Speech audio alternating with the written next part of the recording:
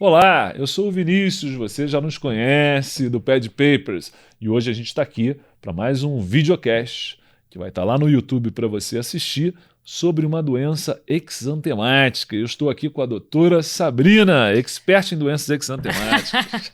Olá, pessoal, tudo bem com vocês? Então, vocês já nos conhecem e realmente nós vamos falar muito aqui nesse canal sobre doenças exantemáticas, porque é o boom do pediatra geral, né? Tema comum, né? Tema comum. Né? Toda criança teve ou vai ter algum vermelhinho que a gente tem que definir o que é, né? E o interessante, quando a gente lê doenças exantemáticas, é que assim, na teoria a gente consegue dividir bem, né? Mas na prática as doenças se misturam, né? Na prática é muito pacientes, aquela história, o paciente não lê o livro, né? Para fazer igualzinho está no livro. É né? muito difícil a gente ter quadros clássicos, né? Sim. Então, na prova, por exemplo, para quem se prepara para a prova, geralmente é o quadro clássico. Você vê ali os conceitos e define. Agora, na vida real... é mais difícil. Hoje mesmo estava com uma paciente, falei, é Rosella, é algum outro vírus aí, mas no geral é todo mundo mais ou menos igual. Exato, o importante é definir o que é que precisa de um tratamento específico, né? Vamos supor, uma doença de Kawasaki. Então, a gente tem o exantema e temos um tratamento específico. Ou as doenças exantemáticas que são virais e nós não vamos precisar de nenhum tratamento, né? Então, a gente conseguir definir ou uma escarlatina, que a gente vai precisar de antibiótico. Então, o importante é a gente tentar, pelo menos, colocar em caixinhas aí diferentes, né? E essa que a gente vai falar hoje, essa é muito clássica, né? Essa é clássica. É a famosa Rosella infantum ou exantema súbito, né? E aí eu te pergunto, o que é Rosella?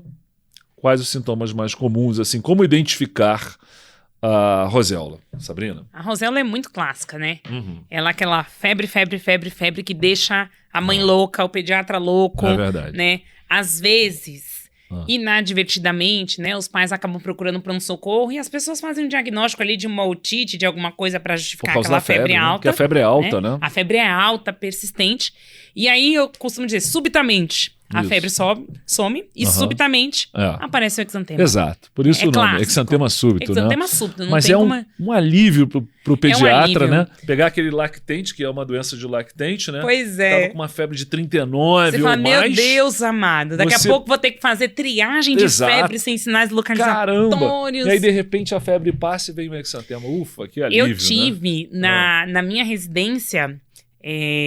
um caso clássico, foi bem assim, no pronto-socorro, a febre estava altíssima, não tinha passado, aí solicitou os exames de triagem para febre sem sinais localizatórios. Quando saiu o exame, a mãe voltou, a mãe falou assim, doutora, enquanto eu tava esperando, aí levantou a blusinha assim da criança, apareceu isso aqui, eu falei, eu falei, agora eu falo pra mãe que não precisava nem ter colhido os exames, era só esperar. Mas tem essa coisa importante da gente lembrar, que às vezes é isso, às vezes dão um diagnóstico de uma amidalite bacteriana para um bebê, dão um antibiótico, aí a febre passa, porque vai passar porque era Rosella, e aí os pais ficam com um conceito de que seria uma alergia ao antibiótico. Acontece isso muito. Sem dúvida. Isso é um quadro de Rosella. Sim. Porque a pessoa dá o antibiótico e depois vem a vermelhidão. A vermelhidão, aí elas fazem associação, mas aí é importante, né, a gente diferenciar clinicamente que uma alergia, a gente vai ter placa. Né? A gente não vai ter o exantema róseo da Rosella, né? Aquele macular. No tronco, né? No tronco. E quais são os agentes infecciosos, né? O principal é herpes vírus, né? A família do herpes vírus, tipo 6, tipo 7, né? E vírus é aquela coisa, né? Vírus pega muito fácil, né? Sim. Pega, então... Como é que a Rosella é transmitida, né? Na verdade, a Rosella é transmitida pelos perdigotos, né? Que a gente fala, pela secreção, um contato com a criança doente. Por isso que é quase uma epidemia quando se tem uma Rosella numa criança que está numa escola, né? Numa creche, né? Porque um tem... Aí compartilha o brinquedo, né? E mesmo antes, né, de começar a febre, essa criança já está transmitindo. Então, existe uma angústia muito grande quando a criança fica vermelha, né? Quando vem o exantema, mas ali ela já está no processo final. A viremia já está... Interessante que o herpes é um vírus que...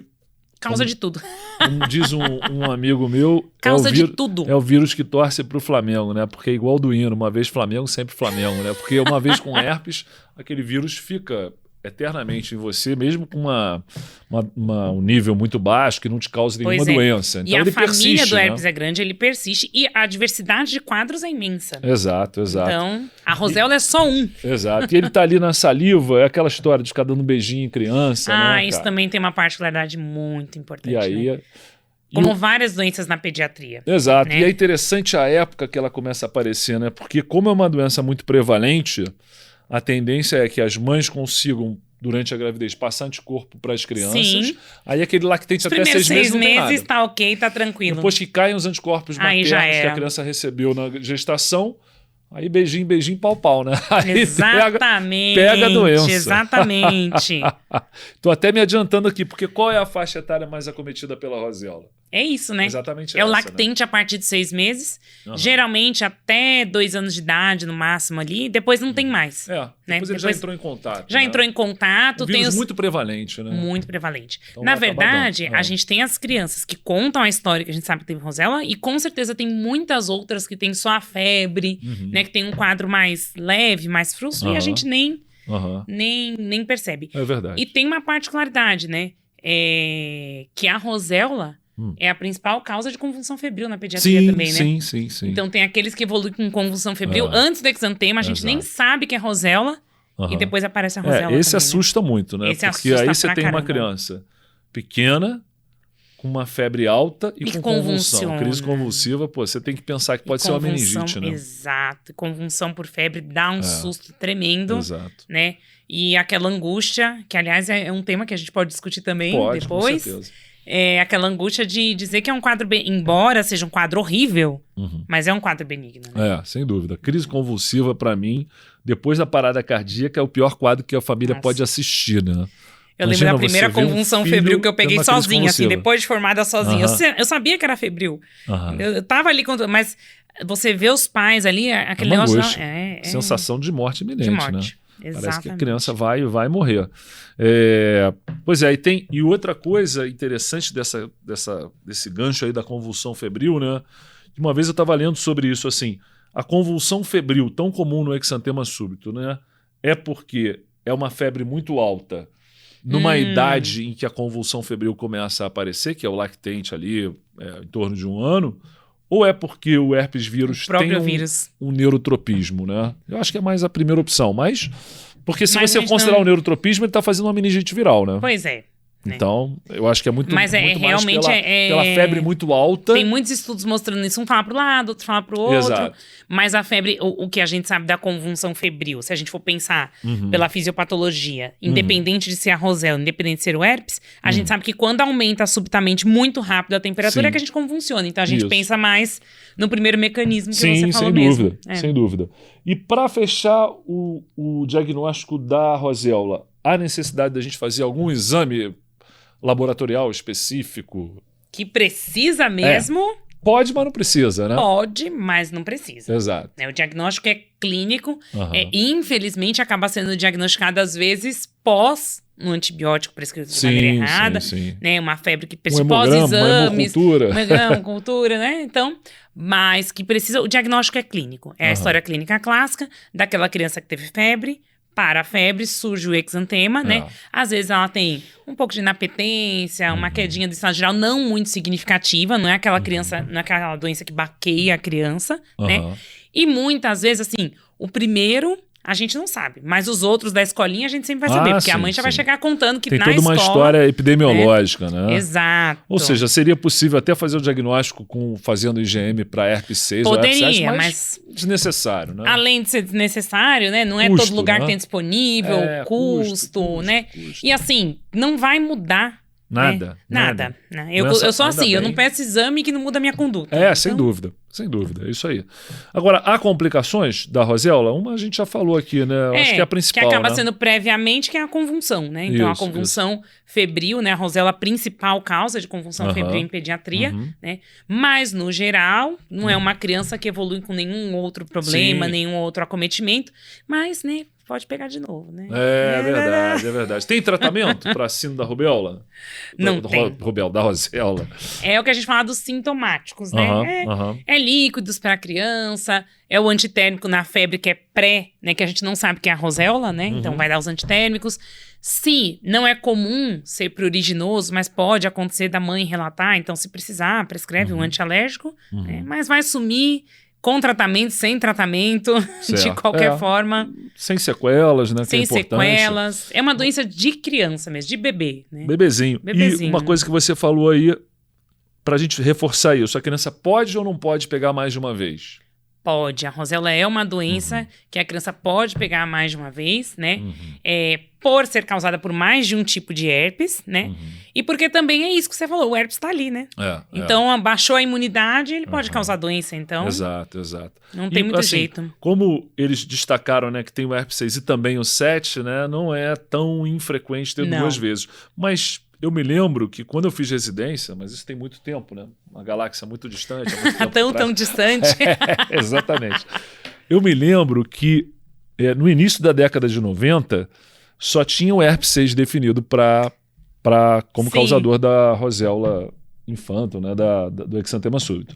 E aí eu atendi uma criança que tinha mais ou menos 1 ano de idade e ela fez o quadro clássico. E aí eu falei para a mãe, olha... isso aí, dei uma aula para a mãe, né? Exantema súbito e tal, expliquei tudo. No ano seguinte, a mesma criança teve um quadro igual. Não acredita. E você viu a mesma coisa? Falei, caramba, ferrou. Então, errei algum dos diagnósticos. Ou esse é a roséola agora, ou aquele não era, ou aquele era e esse é outra coisa. E aí, agora? O que aconteceu? Passou tipo um mês... e a OMS lançou uma publicação assim: descoberto um novo vírus que provoca o exantema súbito. Você podia ter descoberto, entendeu? O herpes 7. Tá vendo? O exame poderia ter servido pra isso, se você tivesse feito a sorologia. Aí eu pensei assim, eu estava certo. O que aconteceu é que era um homem à frente do meu tempo. Exato. Então, e a gente nem sabe se tem mais algum vírus implicado por aí. Porque, gente, roséola dá demais nas crianças, demais. É que nem a história da escarlatina, né? Antes eu gostava de perguntar quantas vezes a pessoa pode ter escarlatina, porque existiam, né, 3 toxinas eritrogênicas identificadas, agora são muitas. Então, pode ter escarlatina milhões de vezes. Exato. Né? Espero que não, complicado mesmo. E há, assim, alguma forma de prevenir a roséola, né? A gente falou aí que os bebês estão meio que expostos a isso, né? Mas acho que não tem muito jeito, né? E outra coisa importante, Sabrina, no dia a dia, né? Isso deve ser uma pergunta importante lá no consultório. Tem que tirar a criança da creche, né? Da escolinha ou não? Teoricamente, quando ela está no exantema, é o que a gente conversou, a viremia dela já não é tão importante. Né? Mas o ideal para garantir é que essa criança só volte para a escola quando o exantema tenha zerado completamente. Isso. Outras medidas preventivas, até naquela história que você falou, da história de ficar beijando a boca da criança. E até a mão, né? Às vezes não beija na boca, mas beija na mão, e a criança põe a mão na boca e a criança pega. Não, beijou na mão, a criança bota a mão na boca. Então, eu tenho pânico da história de bebê que beija na boca, eu quero... Beijinho. Então, e é isso, evitar. A sua criança tá com febre, não tem como, tem que deixar em casa, tem que observar. Lógico. Porque pode ser qualquer coisa, incluindo a roséola. Essa história da creche, né, é difícil. Da pessoa não levar a criança quando está com febre, eu acho correta e, ao mesmo tempo, eu acho quase inviável de acontecer. Por quê? Eu sei. Porque as pessoas botam na creche porque precisam trabalhar. Sei. Eu sou uma mãe que trabalha e que já tive criança com febre. Aí as crianças estão com febre, o que os pais fazem? Eu acho natural, também já passei por isso. Dá um medica e vai. Aí a criança fica sem febre e fica bem. Pô, vai pra creche, né? Não tem jeito, porque você precisa ir trabalhar. Pois é. Né? Então, não, e acontece. E febre, né? Vão se multiplicando. E assim, é o que eu sempre explico. Febre é reação do organismo. Né? Então é o organismo reagindo a alguma coisa. Às vezes a criança tem aquele único episódio de febre, passa e não tem mais nada. Né? Mas mesmo assim ela está transmitindo alguma coisa que a gente não sabe. Né? Tem os que não têm febre e estão transmitindo também. Então assim, você tem que colocar a criança na escola, você tem que entender que os riscos, né, e as chances dela ficar doente são muitas. Mas você sabe que essa história do... Aqui, pelo menos, eu acho que isso é uma coisa muito cultural. Aqui no Brasil, as pessoas vão trabalhar gripadaças. Vão, né? E se não forem, né? Toma bronca do chefe, Toma né? bronca, o povo acha que é frescura. Não veio porque eu estava gripado, mas aí veio o Covid. E aí agora foi pro outro extremo, né? Deu Exato. um espirro, Deu um espirro, não volta. Covid. Coçou o nariz, é Covid. Se bem que agora a pandemia deu uma arrefecida. Agora deu As pessoas já voltaram ao seu padrão normal. Teoricamente, as pessoas teriam que ter o cuidado, né? Que a gente vê em outros países. Você tá com um quadro, né? De vias aéreas superiores, né? Não precisa se afastar completamente, mas usa pelo menos uma máscara, né? Tem alguns cuidados, né? Alguns cuidados já não precisa diminuíram. Espirrar em cima dos amigos, né? Entendeu? Aquela, né? Coça o nariz e né? Vai no coffee break todo mundo. Exato. Né? Então, para diminuir a transmissão. O que acontece na pediatria, né? Que as crianças vão para a escola, elas não usam máscara e elas compartilham tudo, né? Brinquedo, comida, chupeta. Eu lembro na época do Covid, que quando meu filho voltou para a escola e ainda estava usando máscaras, eles trocavam as máscaras, as crianças, entre si. Teve um dia que a gente olhou na foto... Toca do Superman, agora eu vou pegar aqui do Batman. Porque o outro super-herói, né? Cansei do meu. Então, assim, é difícil. Criança pega porque eles Mas acaba sendo uma imunização, né, coletiva, então, né? Eu costumo dizer que, assim, quando eu vejo na escola das crianças que um pegou, aí a gente espera o ciclo de todo mundo e fala, pronto, agora fechou, agora acabou, agora todo mundo pegou, tá todo mundo bem. A gente já tá imune. Já estamos imunes, isso quando os pais não pegam, né? Isso. Porque a gente... O pessoal chama em vez de imunoterapia, imundoterapia. Gostei. Gostei. Perfeito. A gente pega muita doença das crianças também. Pega, nossa senhora. Se bem que como pediatra eu já peguei tanta virose que eu agora quase não pego nada. A última que eu peguei foi virose de jeca mesmo, de gastroenterite. Mas o resto eu tô bem... eu tô bem imunizado. Faz tempo que não pego nada mesmo. Graças a Deus. Tá ótimo. Pessoal, a gente deve voltar com outras exantemáticas. Fiquem ligados, hein? Até a próxima. Tchau.